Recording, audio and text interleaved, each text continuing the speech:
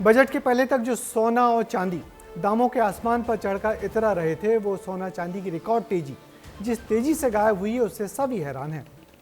आखिर वो कौन से कारण हैं जिससे सोने की और चांदी की अचानक भाव जमीन पर आ गए?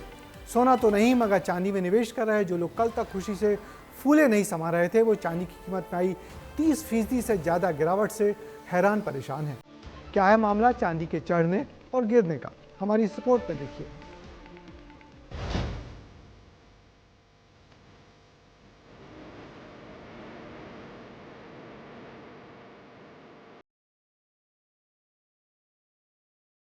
सोना और चांदी जो 2 दिन पहले आम जनता से कोसों दूर थे, अब एक बार फिर आम जनता की ओर रुख कर रहे हैं।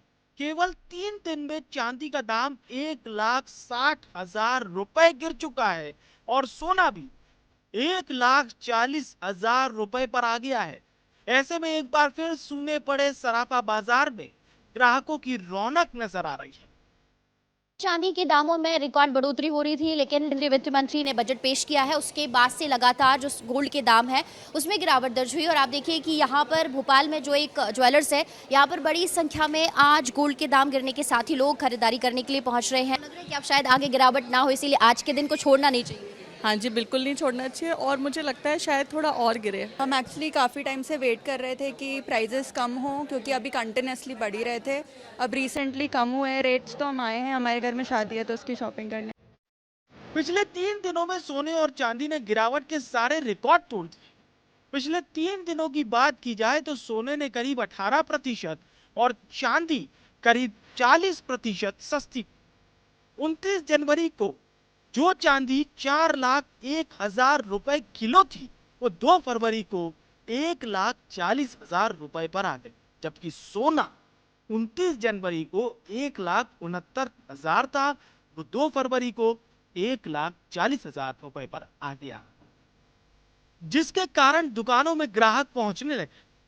जब इंटरनेशनल मार्केट में रेट बढ़ रहे हैं तो चांदी पे सीधा सीधा असर आया था। लेकिन हाँ, ये जो तेजी थी ये थोड़ा सा तेजड़िए या एमसीएक्स या कमोडिटी की वजह से बहुत ज़्यादा तेज हो रहे थे और अचानक हुई तेजी की वजह से ही भाव भी अचानक से गिरे हैं। आने वाले समय में ये वापस उस रेट पे हो जाएंगे। जिस हिसाब से इंटरनेशनल इन्वायरमेंट है, वो तो ये लग रहा है कि चांदी फिर से भागेगी, फिर से मेरे ख्याल से 4-5 लाख का भाव दिखाएगी। आई डोंट नो कि फिर से रेज हो जाएगी, तो मैं तो सोच ही रही थी कि कुछ खरीद लो, इसीलिए मैं आई हूँ आज।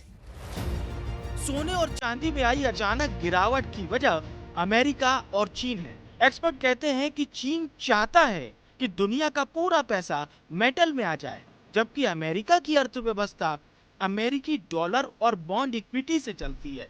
इसीलिए अमेरिका डॉलर को मजबूत करके सोने और चांदी के भाव में कमी कर रहा है। जितना भी घरों में रखी हुई सोना और चांदी वो भी मार्केट में लाने का प्रयास चल रहा है।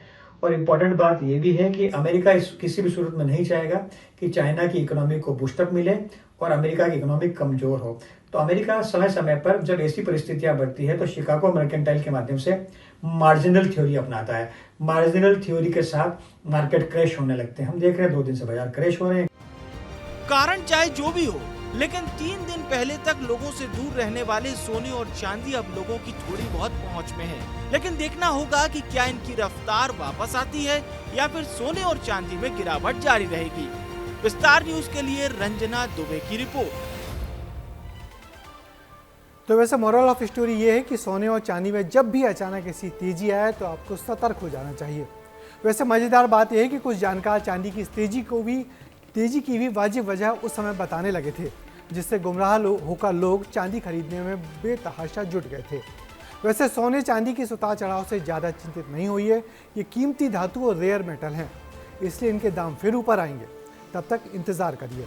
हाँ, चांदी की तेज़ी के दिनों में जिन लोगों ने चांदी नहीं खरीद पाए थे वो इस कम रेट पर चाहें तो फिर से खरीदी कर सकते हैं।